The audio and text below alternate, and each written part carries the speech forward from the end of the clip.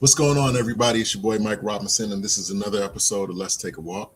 I hope everybody had a great and interesting week. I definitely did. But tonight, man, this is my favorite night of the week I get to spend with you guys. So tonight, just like any other night that we're on here, we have some of the most interesting, busy, uh, hustling, business-minded, community-minded guests that we could possibly find. And tonight is no different. Tonight we have Miss Maryse Alexander. She's an author, an autism advocate. She's an entrepreneur and a businesswoman in her own right.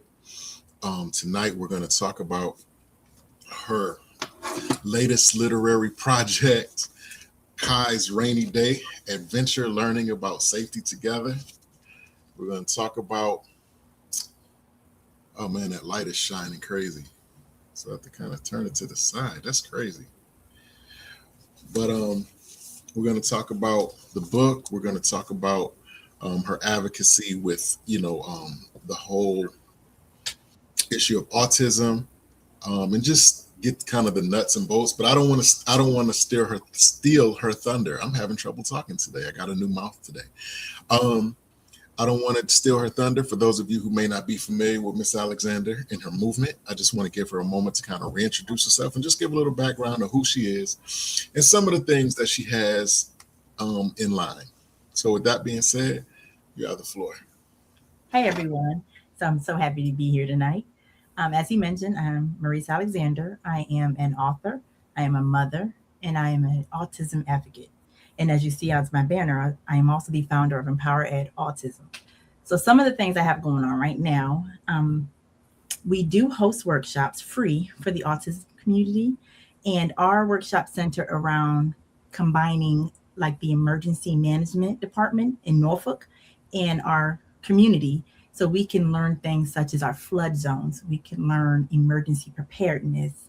We can find out what Norfolk is actually doing for the community, things about if there was an emergency, what apps to use that can show you not to go down certain routes, and also what else? Oh, shelters and things, and having a go bag, things that you don't think about regularly, but you definitely need, especially when we parents of autistic children have to have certain things. Like if your child needs a squishy toy or a headphone to protect them from overstimulation, just that's what we do.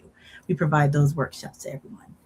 And also, what else I have going on? I am a featured author on the Voices on Paper book tour. It's multi-city. We are hitting up Ohio the 20, what's next Saturday? 26th? I can't I believe so. No, Whatever 20, next Saturday is, that's when we're going to be in Ohio. it would be the 28th. 28th. Oh, I'll be there. That's all you need to know. After that, we are trying to see if we're going to do Houston still. And if not, definitely we'll be in Chicago on the 25th. What else? And some good news, I hit number one in the category on Amazon as a bestseller, number 2 and number 3 just last week. So I was very ecstatic about that. That's amazing. I absolutely take my hat off to you. Congratulations to start off. Let's start from the beginning. Where does this journey begin? Like, what made you become such a staunch and passionate advocate for autism and that whole movement? Where does your story begin? It began with my son being diagnosed when he was 3. And so once we got that diagnosis, you go through the stages of guilt or, depression, grief, like what caused this, right? So then past that, I had to learn how to communicate with him to understand him because for a while we struggled, and you can see the frustration on his face as well. So about a month and a half after being diagnosed, my son eloped, which is also known as wandering. And I had no idea about that. It was very scary for us. We were not prepared. And it was raining. And why? Kids on the spectrum are drawn to water. Behind my house is marsh. Around the Oh, corner is a pool, and a lot of, I don't know if you've seen, a lot of babies have passed within the last year. I think about six between then and this year from drowning in like pools or ponds or lakes. So I didn't like that feeling. So what started from that was, hey, safety. And from safety, it was, well, how can I give back to the community? Since I'm a new mom and I didn't have anyone to turn to because I don't know anyone else in my family that has a child on the spectrum. So then I just started reaching out. And I also have a friend. I'm going to give this young lady her flowers, Dr. Shadesha Green. She is a grant specialist at NOAA. So her and I were talking one day, and she brought up something dealing with emergencies and children on the spectrum, how NOAA at the time did not have a lot of those grants and stuff or projects. So I was like, let me tie in safety, floods, because kids, or water, period, with autism. And that's what started all these workshops. So I reached out to the emergency management department. They were willing, Norfolk Resilience um, board immediately. They have graciously provided us with guest speakers. So I'm very blessed and happy. So that's the backstory of how this all started. awesome. So you said that, in the beginning, you kind of had no point of reference. You didn't really know how to conduct yourself, even especially in this, this crisis moment where where your child is, and you're not sure at that moment where your child is gone, and you, like you said, it's storming, and you have, this marshy area behind your home. Um, how did that make you feel after that? Like, did you feel? I'm trying to figure out how to ask. Because you didn't have the information. You know what I'm saying? Because you weren't, necessarily prepared for that moment. Um, did you feel like you could have? Like, I guess what I'm asking is, at that time, how available was the information for you to seek out? Was it more so, or was it more so, you just feel like you feel like you could navigate it Uh, yourself? so when you first get the diagnosis, the developmental pediatrician would typically link you with like the Tidewater Autism Society. So they give you a nice packet and whatnot. It's very thick. So between navigating that, between trying to figure out what does my child need, because obviously my child was nonverbal when he was diagnosed. So I knew immediately he needed something with speech. So what I'm getting at with that is the information was there. I hadn't had a chance to talk to anyone yet. I was they were going to link up with me and call me or however that was going to happen, and it hadn't happened yet. And so I believe, obviously the internet has a tons of information, right? But during no stage and during that time frame, I don't think I was mentally looking at that. I was more so thinking like, what can I do so that him and I can communicate? And I think that's what I centered on. So maybe I could have probably done a little more research, but I also had no idea about wandering or elopement at the time because I never experienced that. So I did lean heavily on some friends that, well, one friend had a child, but her child's older now. So but she's very informative and very helpful. So I don't know. I felt like maybe if someone and I had communicated faster than the time it took, maybe I could have. I'm not saying it could have been where I was supposed to contact. I don't remember, so I'm not knocking them because that is a phenomenal society. Please don't think that negative. I just think I think I wasn't probably mentally in the right place to be reading that thick package and to understand exactly what it's saying to me because a lot of it was just more so resources and I didn't see a whole lot in there about elopement or wandering. So, I don't know. Did I answer that? Did I answer yours? Absolutely, Okay. absolutely, absolutely. I mean, and I definitely can understand. I can empathize with the position that you're in. You know what I mean? You're trying to, you want to be, a good parent, the best parent that you can, and sometimes circumstances and situations don't always make way for that, and so it's difficult, especially like you said, you at the time you had a very limited point of reference, and so even with that, what I'm saying, even with hard information in your hand, there's still nuances that you have to, what I'm saying, because I would imagine that every child is different, Oh yes. even though the condition may be the same.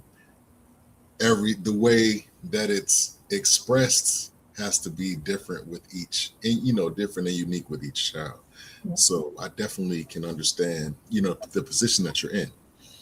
So going forward, so now you are kind of put in this position where you are paying, not that you weren't paying attention before, but now your antennas are up more than they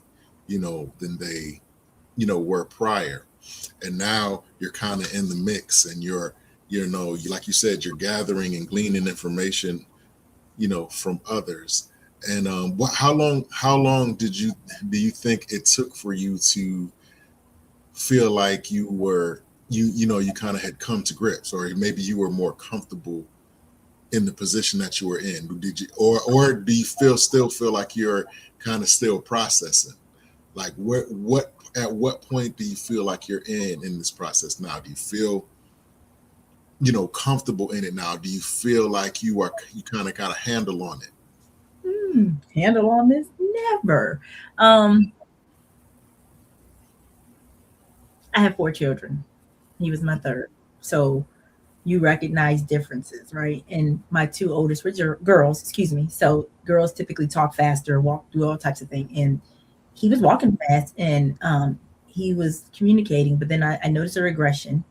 And so I knew way before, not, I didn't know exactly, let me say correctly, but I kind of suspected.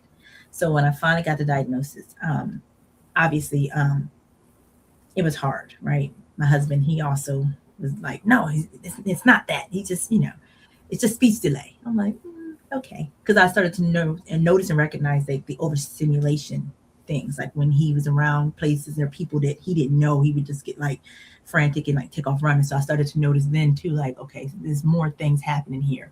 But for me, I think because uh, of the uniqueness of the situation, I had to kind of come to grips a lot faster. Mm-hmm. So I instantly went into what can I do to provide for my child, right? That included therapies, that included, an IEP, that included reaching out to try to get him into schools and stuff. So I didn't have time to keep waiting. Um, Right. so I would say about maybe a month after the elopement situation, I was in full stride trying to figure out what to do next. It took my husband a little bit longer because he was adamant that there was, and obviously I'm going to say there's nothing wrong, right? There's nothing wrong with my child. It's just he learns differently, he communicates differently. So we just had to get over that acceptance piece, and it took my husband a lot longer. So um, that was a challenge too, like trying to advocate for him in house and advocate for him out of the house. So once my husband came to grips with it, oh, he's wholeheartedly supportive. He understands, and and he's protecting, providing as usual. So Right. I think I answered that question. Absolutely. Okay. So if you had to pinpoint like one thing, what would you say um, is the most profound thing you learned about yourself in the process? Patience. Mm, okay. With my girls, I don't think I had patience. I was younger. I was a younger mom, so I didn't really have a whole lot of patience. But with him, I have to understand that some things he doesn't understand. So, and then when so he's talking now more. So, like for example, yesterday we were at his little birthday party, and he wanted to play, and I was like, "No, let's go eat." So then we'll go play. He goes, "No," and the parent in me is like, "Excuse me." But then I had to realize, no, he's actually communicating. Mom, I don't want to go eat. I want to continue playing. So then Mm-hmm. we have to use techniques that we learned in therapy, such as if then, hey, um, if we go and eat, then we can go play, right? And so then he's like, okay. And he went there and ate his food, and he was hungry. Kid away from the playground to get him to go over there and sit down somewhere. It's not as easy, but patience, definitely patience. Yep. So, so do you feel like that is kind of, does that translate into your life now? Like, the patience that you develop, like, has that does that translate over into your life, your individual life, and the things that you deal with just on a daily basis that have nothing that is totally independent of him, just maybe, on your at the workplace, at school, wherever you may find yourself. Do you feel like that level of patience has translated, or do you feel like it's just kind of like just reserved for you know No, definitely not. It is in the workplace as well. It is in schooling as well. So I'm in a leadership position, and so you have direct reports and stuff, and so I have to apply patience there because everyone's different. Everyone has a story. And sometimes they just want to talk to you and tell you something, and so that definitely requires patience sometimes. Not that you don't want to hear it, but sometimes you're like pulled in so many different directions. And you're like, hey, I really got to get this done, and someone's standing there and they want to share something with you. So then I just patiently put this to the side and work on that, especially if it's like very serious something I want to talk to you about. So definitely, and the same thing with school. I think it makes me a lot because I also teach. I don't know if I mentioned that I'm a adjunct professor of biology as well at a community college. So before I was like very strict. No deadlines. This is it. I don't go back, right? Because it's more work on me to go back and open things. But I right, realize it now that like, hey, things happen. Um, People deal with certain things that you don't even know of, right? So you have some grace and patience with people. And mhm. so now I'm more like, okay, this is your one me. I do it, But now if it's every week, no, if something comes up, because hey, I've been in that position where a kid is sick or I'm sick or you're just mentally overwhelmed. So I think I'm more conscious of others as well, and maybe that they might need a little bit of my grace and kindness. Understood, understood. So you move forward and you create this book, Kai's Rainy Day Adventure, learning about safety together. Um, what what was the motivation besides the experience? Was there anything else that motivated you, to go forth, um, in this pursuit, or in this project? So remember, I mentioned not really finding a lot of information on elopement at the time. Mhm. If you were to go right now on the Amazon and put the word elopement in, you'll see what pulls up. There won't be a children's book for children on the spectrum. It'll just show you like someone getting married, someone running off, back Right, in the day. That's all you'll see. You. So for me, that showed that something was missing. Right?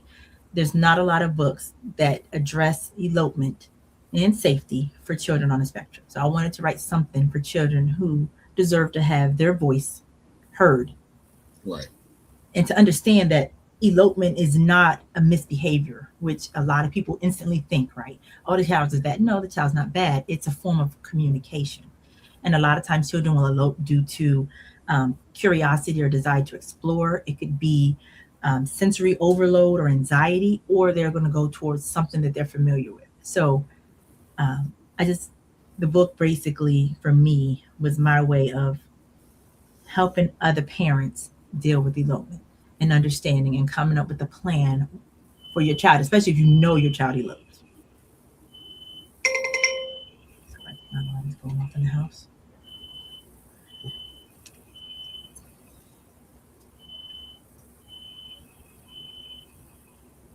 Can you hear that noise? hmm Oh, okay, let me turn off the alarm. Oh, it's a smoke detector. Oops. All right, it's done. so I want to get a sense of, so let me back up a little bit. So I was reading the book, and first off, I want to tell you that I really loved it. It's really very well put together. I love the color. I love, how basically extraordinary it actually is. I mean, I don't have a child that is autistic, but I still feel like it resonates with me. like with my family. I think about, you know, it made me kind of think about how I would feel if my child, I have a 7-year old, like how I would feel if he wandered off and I didn't know where he was. You know what I mean? Even if it was just for a short time, because I know how I'm the type of person. We get in the we go walking in the store. You know what I'm saying? Don't touch nothing. Don't go nowhere. You stay with me. You know. And a lot of times, like with as far as my son's concerned, I'll hold his hand. You know what I mean? So especially in this time, this date and time, Mhm. um, it just really resonated with me. Um, you kind of touched on it earlier, about just kind of giving a resource to them to kind of inform other parents who might be in the same position as you, just to give them something to look at and relate to, and hopefully you know employ in their families and in their households. But I was, like I said, I was very impressed by the way it was just kind of translated over. It kind of transcended what it was actually meant to do. And was that the plan, or was that just kind of a pleasant surprise for you? I guess a pleasant surprise. When I put it together, I just wrote from the heart, um, and I, told about my experience and then what I did afterwards. And so it's factual based. So, but I've seen that a lot of parents that don't have autistic children also have had scary situations where their kid wanders away, and so I've got a lot of feedback on my Amazon link and reviews where they're saying, "Hey, I don't have a trauma spectrum. However, this applies to us. I could use this information too." So I do love the fact that it touches more than just the autistic community. But no, it wasn't um, intentional. I'm just so happy that it's doing so well and it's so important right now. Like I'm getting a lot of people reaching out to me like, "Hey, I want to talk to you. Hey, I have a autism spectrum. I don't know what to do." And it's not only just about elopement. I'm getting hits in my inbox from moms that just want to talk or even to get some information like, "Hey, what are you doing?" And now I'm not an expert. Please don't think that I'm an expert in everything to do. I'm just knowing what I'm doing and what's working for my child. So I just give that advice. So, Well, for the most part, I think we've been talking inwardly. So I want to ask you something that kind of deals more outwardly. Um, since you have kind of embarked on in this movement, what has your experience been like with the reception of what you're trying to do? Has your perception of community and society as a whole, was that a has it been affected in a positive way, or negative way, or not at all, as far as the reception that you get since you started this, since you started to be, more kind of like outward in your, advocacy of the movement? What has the community been like? very supportive. Um, at first, when you're doing all your own promoting and advertising or trying to get people to understand, because not even just the book, even the workshops, the free workshops, trying Mhm. to get that word out, a lot of times it's very hard. So, but what I found is uh, what I've been doing to raise money because we don't have any grants. So we basically sell items and stuff like that at these flea markets, and that's Mhm. where I'm mainly promoting my our stuff. We're passing out flyers like, "Hey, please come," and we've grown. The first time it was a smaller number. The second time was a bigger number, and I'm anticipating that our next one, which is May 2nd, at 12 p.m. at the Aviation Institute of Maintenance in Norfolk, will be bigger because I've also reached out to other communities such as the Exceptional Family Support for the Navy. Mhm. Talk to them as well. So hopefully we'll get some military families because my husband is a veteran owned. So the nonprofit is owned by both of us. So, Okay. but yes, community. I think the community. My outlook has been very positive, um, and not just even people on Facebook who I don't know. They're sharing the message. They're sharing, and I'm seeing it because they tag me in, and I'm just like, wow, thank you so much. It's bigger than me. And the fact that you're willing to post it on your page, someone I don't even know half these people, and they, hey, I posted this for you, and I'm like, wow, thanks so much. Like I think the message, like you said, is resonating farther than I would ever have thought it would do. And so, community is important. Yeah, I always find it interesting that um, strangers are the most supportive. Like they're the ones um, that will go out on a limb. They will, invest. They will promote. They will, you know, give you their testimony in regards to what, they'll tell you exactly how they feel, about what you're doing.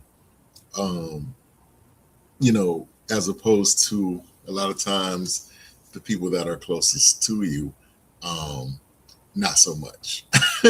But that's a whole nother show. Um, moving forward, I mean, you're doing so much, and you are creating, you're creating platforms for others to come and share information and learn information, and just kind of grow. Um, what has that? I know I asked about the most profound thing you learned about yourself, but do you do you feel like the person do you feel like a new person? Do you feel like a different person? Do you feel like you have kind of evolved into this totally different entity? And if you have, or if you do feel that way, can you kind of elaborate on that? And like, how does it feel to be, um to have purpose? I mean, because I feel like, at a certain age, you I think that's one of the, like, for me, I'll speak for myself. There are two things that I think about on a daily basis, and that's purpose, and it was two. It was purpose. Oh my God. You gotta write it down. It'll come to me.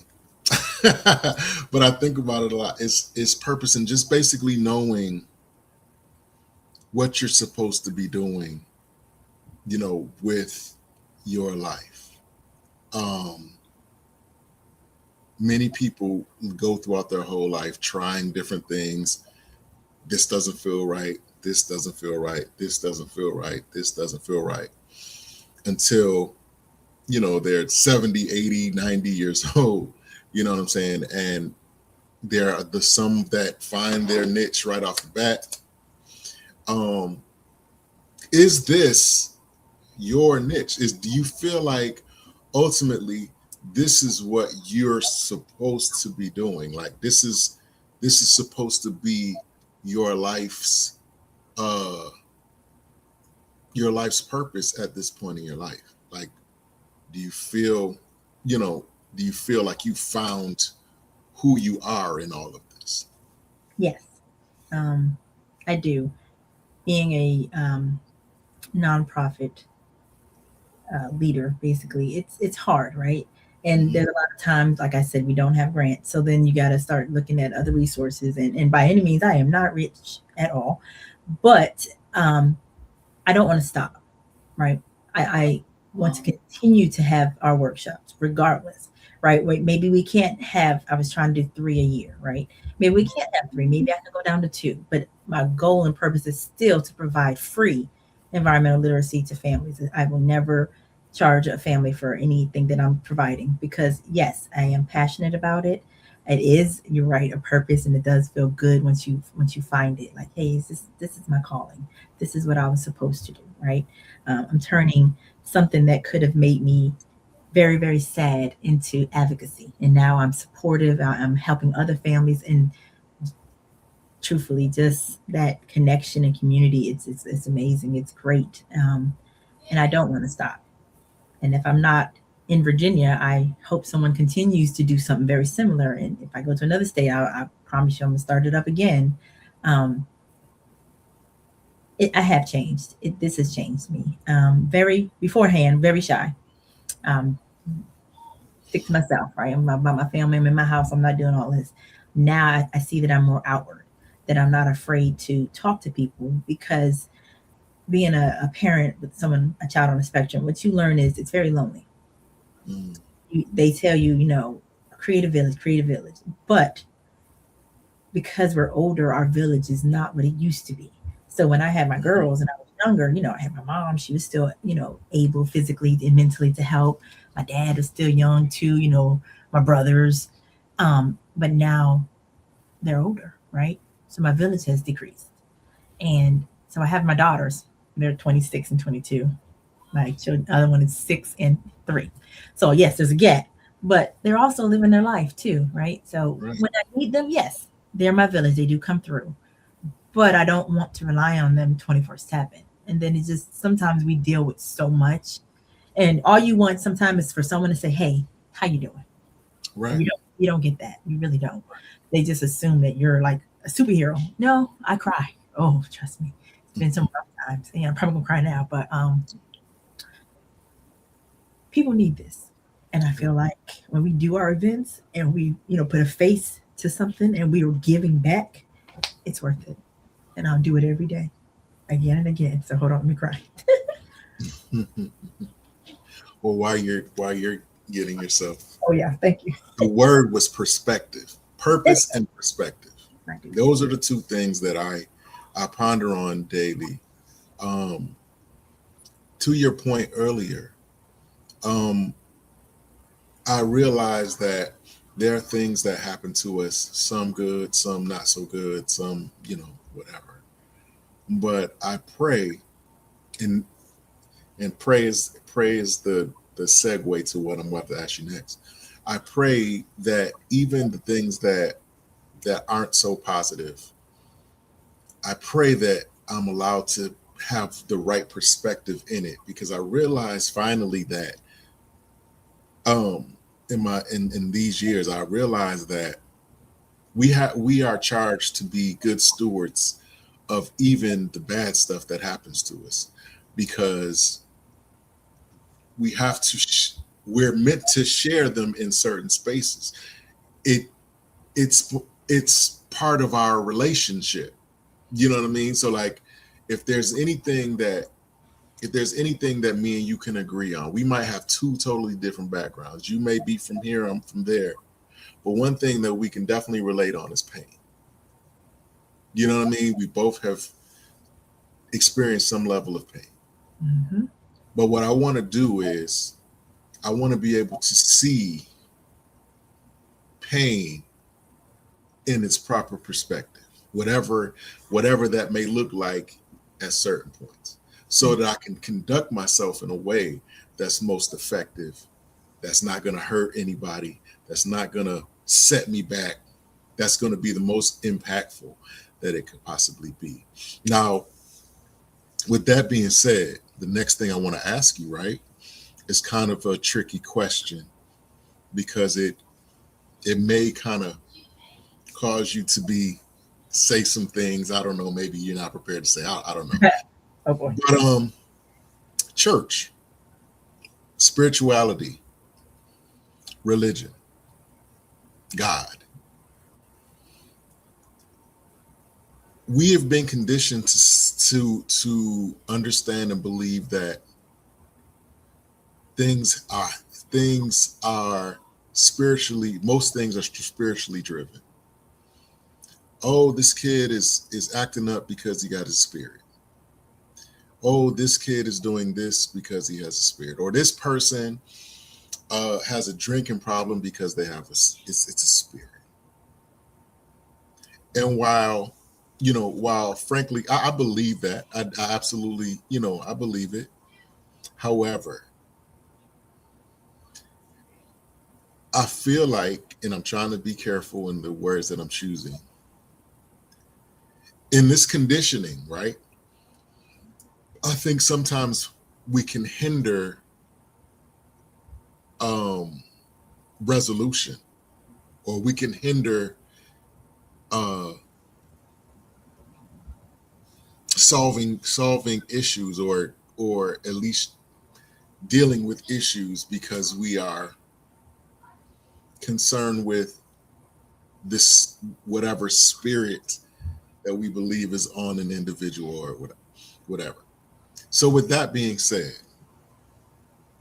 now I asked you about community reception, but now I want to ask you about spiritual reception. When you have this child with special needs, but you are a spiritual person. You believe in God, and you believe that God can do everything, and you pray, and you believe, and you have faith, and and I don't know this to be true for you, but you may have people who are saying, "Oh no, let me lay hands on them," or "It's a spirit. Put some oil on them and believe that this spirit is going to go away." So, with that being said, I want to ask you, um, was that a process in and of itself? Did that test, was that a test of your faith and how you see faith? No, I didn't look at it in that manner. If anything, I feel like I was blessed more so, right? Now I have someone who um, is going to learn a little different. It's going to take a little while to get to certain things, but I'm blessed because I'm learning as well, right? Because Right, before, when I would see someone with a child that's like acting up, you're like, oh my goodness, like what's wrong with that kid? Now I see it in a new light. Right now, I'm a new person. Now I can right, recognize a parent who's like struggling with a child on the spectrum, because they do. They have emotional meltdowns when they're in like certain areas and stuff. So right, rather than judge, right? Because hey, I was there. I can look at that individual and pray for him, right? Hey, no, she needs somebody, or even just go by her and be like, you're doing good, mom. Maybe sometimes they all they need, but no. Um, Luckily I've never had anyone want to put no oil on my baby or no hands. Everyone so far has been accepting, and they just say, he's going to be who he is, and that we are going to claim that he is going to be able to go beyond your own ideas and thoughts, right? Um, right, as any parent, I want him to have kids. I want him to get married and find love, because when I'm gone, who gonna take care of my baby, right? So I right, definitely want him to have one God in his life. Two, I want him to have community, and I want him to have someone that will continue to love him when I'm gone. So I like that. I think there needs to be more churches that have like areas for them, like sensory areas or something. Because yeah, we go to church, but Malachi elopement. Oh my goodness! Easter last year, never forget. He's out there running, and so I'll come back out my heels, and I'm like, oh, here we go. So I can take my shoes off and chase after him. So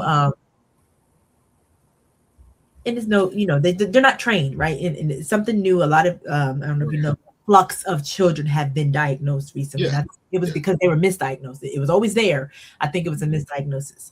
So it does limit when I go to church, because he likes red. So one time he pulled the fire alarm in church, and I'm in there, and I'm like, and I'm in the thing, I'm like, I know that's my kid. And sure enough, I get a text. Boop. I'm like, oh, here we go. So then I got to go out and talk to them. And I was like, I'm sorry, he loves the color red. So it's just, I don't know if I'm staying within the realm of what you're asking, but I'm also Well, saying, well, what I'm saying is that sometimes, I'm sorry to cut you off. no, no, Um, Sometimes in the community, particularly with people who are more traditional, or you know, who our parents or our grandparents, mhm, they sometimes they people will contend to diminish. They'll diminish situations based off of spirit. Oh, we can just pray for it. Oh, we can just lay hands. Oh, you know, that's we're not gonna claim autism. We're not gonna claim that. We're gonna, you know what I'm saying? So I can only imagine how that could somehow somewhat hinder. your process when you're dealing with a thing right in your face, and you have somebody who's, you know what I'm saying, who means well, don't get me wrong, Yeah, yeah, yeah. but they're on the sidelines diminishing what you're actually going through, and to say, oh, just, if you had faith, this wouldn't happen, or, this is just a spirit, just pray, fast, and this is gonna, happen. And again, I don't disbelieve any of it. I believe, I'm a believer unapologetically. But when you're trying to develop a level of normalcy and functionality within the whole situation, have you experienced that type of, and I don't want to say pushback, but ex, have you experienced that type of challenge when it comes to introducing your child to, the spiritual community?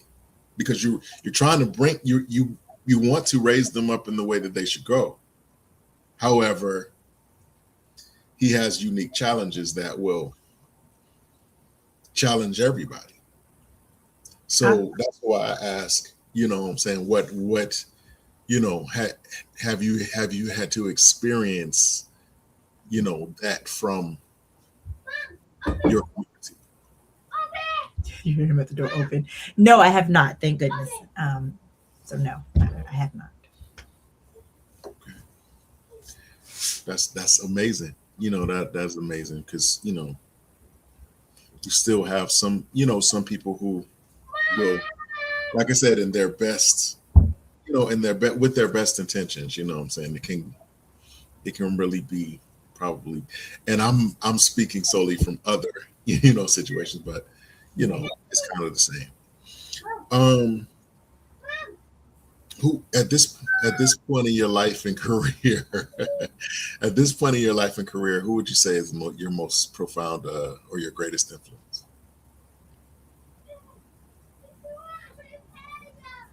You be in context. What do you mean?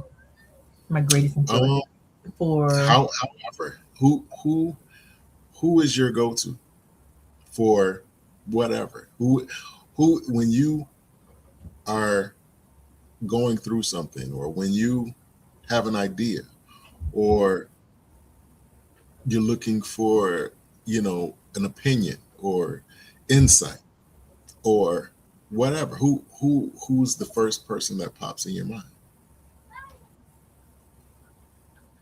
I have, well, there's three, but I noticed more so the young lady I mentioned before, Sade Green. Hmm. Let me put off my camera on. How do you remove my camera?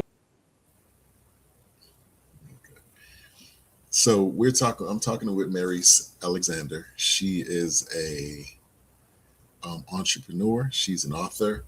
She is, an autism advocate. She's the mother.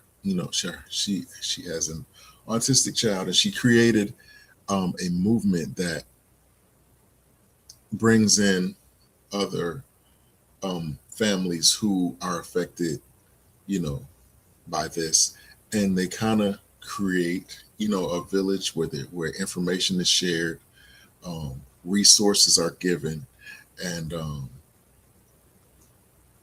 the movement moves forward. So people don't have to feel that they are alone in, whatever they're going through or whatever they're experiencing.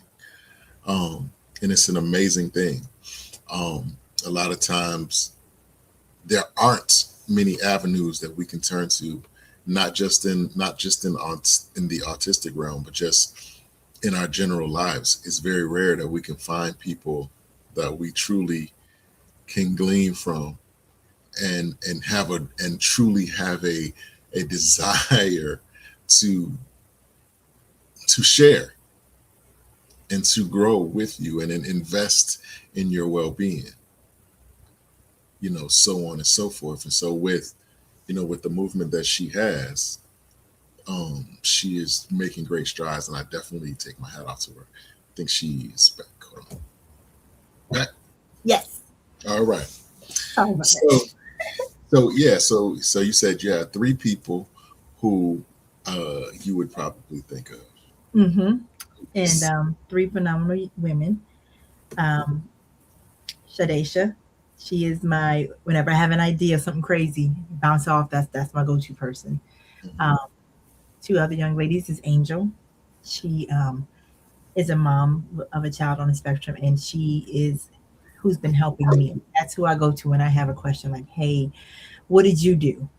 Because she is a phenomenal mother, and I'm telling you, I'm so proud. Her son went off to college by himself, and I told her I'm living through it because I am so proud of him. I'm every time she mentions him, I'm so happy to see that all the things she put in up front um, is paying off now, right? She's helping him. So that's who I go to when I have a question on that. And then my cousin Takara, I have to go to her because she keeps me sane. So whenever she's also a mother of an autistic child, and they're both, both those women, children are older, but just to I'm not frustrated. I go to her because she understands me. We've been 1 year apart. We've been together since birth, or since she was born. So, yep, that's those are my three ladies who I go to, who I think of, and they're very inspirational to me. All three of them in their own way. What role has your immediate family played in the whole process? Like your in particular your husband. You guys are teammates. You know what I mean, and you have grown together. You've loved each other. You've raised children, and then you experience that you're experiencing this challenge together. Um, what role does he play in this whole in this whole dynamic, and how would you characterize his impact on what you've been able to accomplish thus far? Um, in this role, as I mentioned, he is my partner with the nonprofit, and he is phenomenal. I always use that word, fantastic. I love the fact that he is also passionate about it, and he doesn't want to stop either, right? And he enjoys giving back to the community. He does that even in his other things, like with basketball for the youth. He does that there too. So it's good and amazing to be able to talk to him about like, hey, this is my idea for this. What do you think? And he give me his idea, like, yeah, maybe, yeah, nay, now, and then um, he always finds us the venues, right? Like he ensures that we're there. He ensures like the sensory area. He's all about that because we do have sensory areas there. So that's his baby. And so, as far as for Malachi, um, my child, excuse me, my husband is very. I needed him. I need him around with me. Like what do I mean? When at any IEP meeting, he's there. Whether he's in person or on Zoom, he's on that call, and he's going to voice his opinion. He's going to ask questions, which I some questions that I don't even think of, and I'm like, oh, okay, like that helps. Hmm. And um, just the patience that he has also developed with Malachi is amazing, and they communicate in their own way. Malachi has, like I said, words. You heard him when he was talking there, but sometimes the communication is different, and Dad and him have their own special thing. I also think it's the man voice. Your voice get deep, and the kids just do whatever they say. Versus me, I gotta like scream at a higher octave to get movement. Right. Yeah, my husband has been phenomenal. And then whenever like I'm stressed or something like that, or like as a mom, you get overstimulated too, right? Because um, children on the spectrum tend to find someone whom they, I'm his person, if that makes any sense. I don't know how to explain it, but I'm his person. So what you see is wherever I'm at, he's there. I'm Mhm. noticing now as he's getting older, he is starting to develop some independence. So he'll go play in his room now versus before, no matter where I was, he's sitting right on me. So eventually you get overstimulated, right? Because you kind of like, I need space. I need some time. So my husband, he's really good at recognizing that. And he's like, hey, come on, buddy, let's go do something different. And so I need that support too. And then when it's time for us to advocate together for our child, he's standing toe to toe right beside me. So I appreciate that. Um, Yeah, he's in. Yeah. I don't, and I think too, like God bless him as well too. Not think I know because he is so patient with Malachi because he understands and he is a provider, a protector. He's gonna protect his child and he's gonna make sure his child is not. He doesn't like labels, right? He don't want you to treat him any differently because in Right. real life, once he gets older, past Hmm. the school time, no one's going to, right? So that's one thing my husband is very conscious of, and he makes sure that I don't treat him differently so Hmm. much so that way he can understand and basically enter society without expecting people to treat him the way I do all the time, right? So Right. I do like that he's a sound my soundboard. Like, hey, you're babying him right now. Talk to him, in regular tone. Don't do that. Or he understands you. He's choosing not to do it. My husband can recognize it. I'm like, he doesn't understand. He does a lot of times. So yeah, I love that. I know I asked you earlier about, again, what you've um, found out about yourself. But what has Malachi taught you? Um, What is he what has he shown you? the innocence, like just when he's excited about something and he's so happy, it's infectious. Like now Hmm. you're laughing with him too. When he's stimming, oh, I'm stimming with him. I don't care. And so, not only patience, but also joy. He's my first boy. Oh, I waited for him. There's a Yeah. 16-year gap. So yeah, Yeah. that's my baby. Um, I don't know. I think that's mainly joy. And he's so sweet. He's so nice. Like I don't know what would happen with puberty. I don't know what to expect in the future. But right now he's so cuddly and so sweet. And I love that piece. Do you feel like you being a woman of color, in this whole dynamic, being a woman of color, has does that is that something that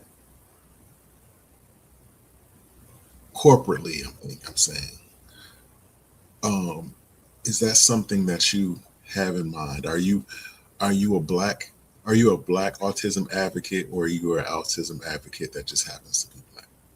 Autism advocate that just happens to be black. I don't Can you afford to be can you even afford to be a black autism advocate? I see movement now in the Black community about awareness and people that are advocating for us. So yes, I could. I believe. I just I come from a blended family, so Mhm. I try not to see color, but I know the world Yeah, does. So yeah, I am conscious of that as well. But I just want to be an advocate for them. I don't care what color you are. I don't care what race you are. I'm here for you. Just like when you go out to eat with us and my family, you'll see a whole variety of colors. We're different. So I hope that the message, the advocacy, the um, basically community that we're providing, I hope that overweighs anything that someone sees. And if they see color, then have fun. I have nothing for them. Nothing negative. How about that? so overall, would you say that you've been taken seriously for the most part? Oh People yeah. take you seriously. Hmm. Yeah. Yep. Okay. What would you say is the most common misconception that people have about you?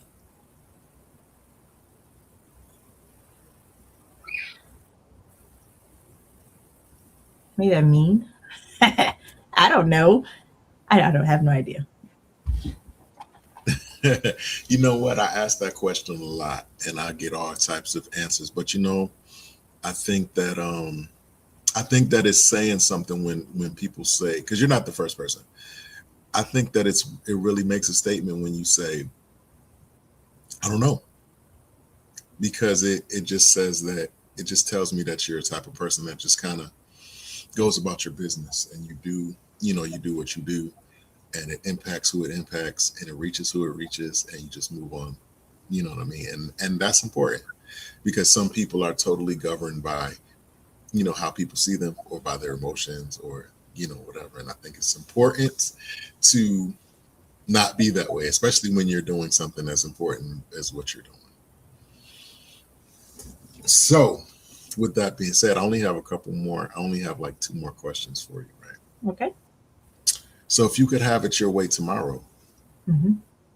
what would the empowered movement be at its peak? Mm, multi-city. Right now we're doing Norfolk, right? So our third workshop will be held in May, as I mentioned. And I want to not just stay in Norfolk, right? I want to go to Hampton. I want to reach out to the emergency management department there. I want to go to Portsmouth, areas that are, frequently flood areas, Virginia Beach, Chesapeake. So to be multi-city is my goal. That's tomorrow. If that could be tomorrow, that would be it. So I could reach more families. Mm. It seems that you really have to be on your feet because there has to be kind of an we have our plan in place for in case there's a fire, but because of the special needs, there has to be a totally alternate. There may have to be a totally alternate plan to to mitigate that, and that I mean, I am totally in awe of that while still being totally terrified by that at the same time. So that's something. Um, I have one last question. Um, I want to be respectful of your time. I feel like we just kind of scratched the surface. I haven't really asked you everything that I wanted to ask you, but I want to be respectful of your time. Um, and this is a question that I ask all my guests. Um, and I just want you to think about it and give me the most honest and transparent answer that you can possibly give me. Okay. Here's the question. What would have to happen in your life if it hasn't happened already for you to consider your life a success? What does success look like for you specifically?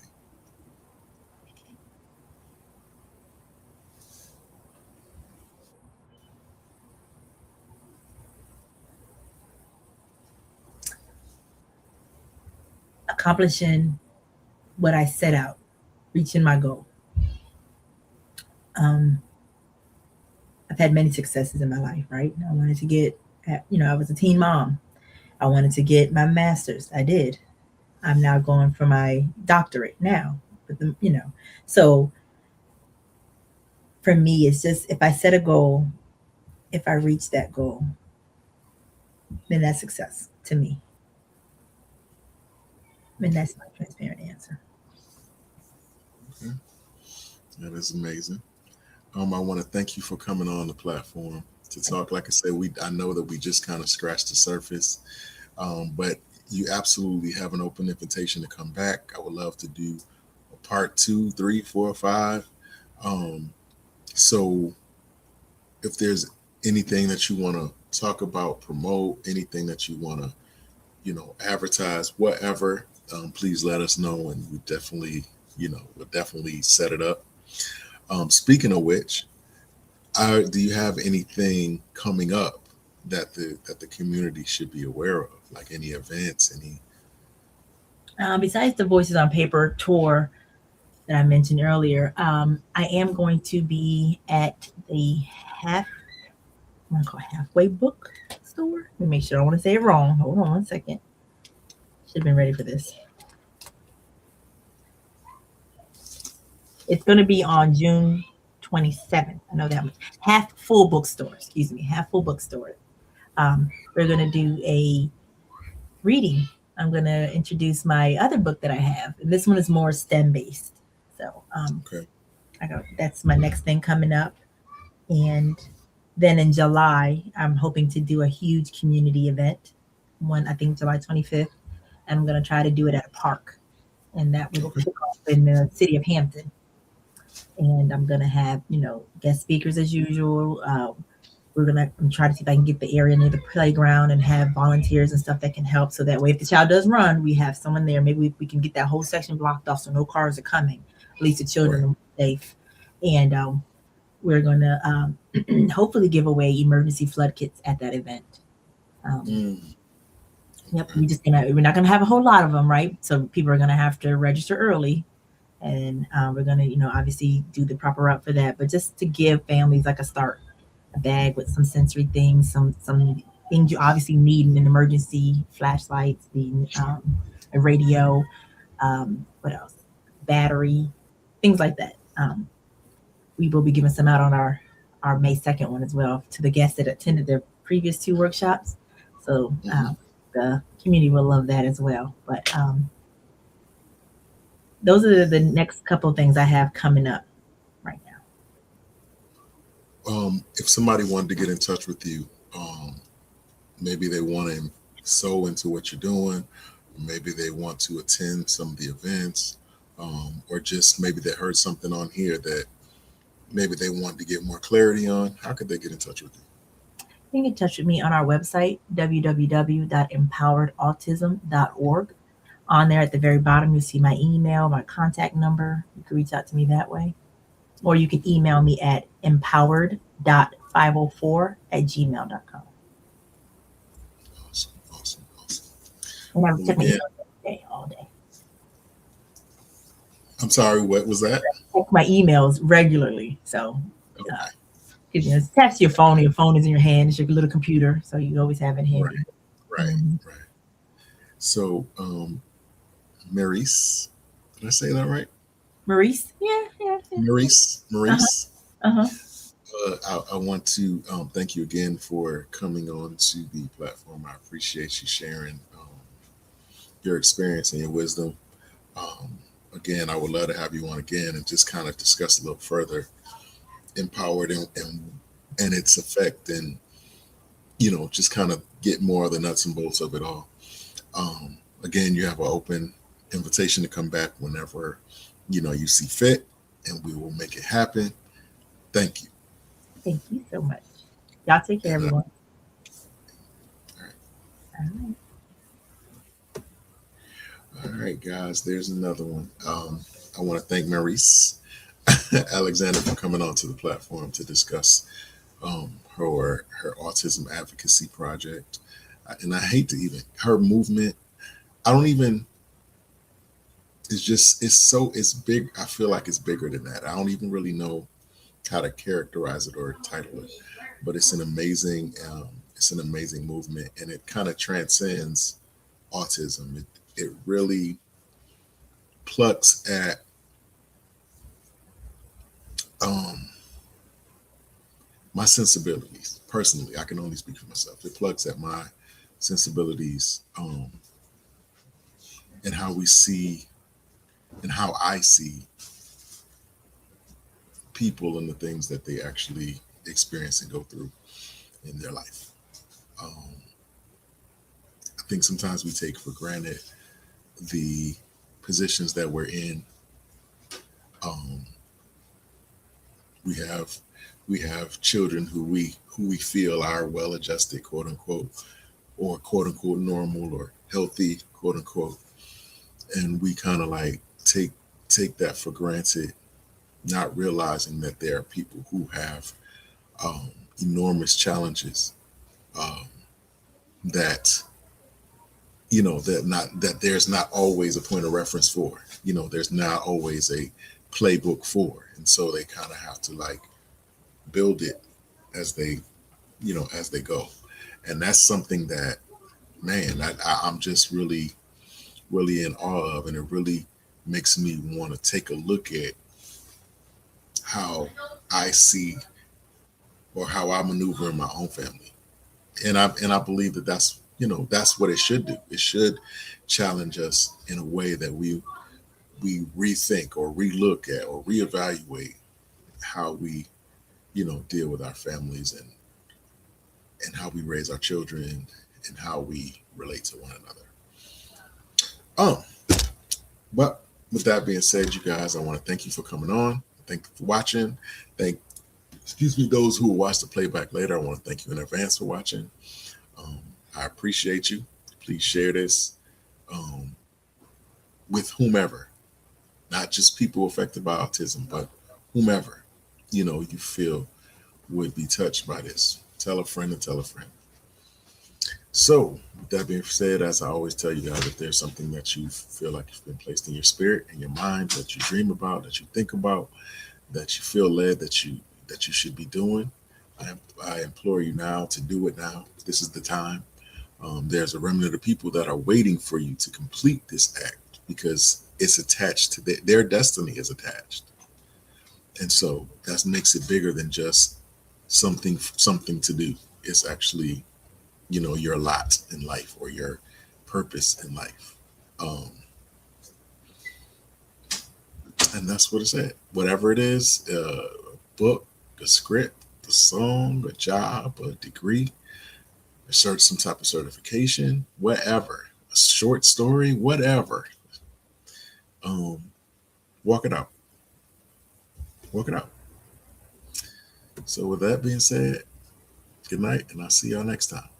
Let's take a walk.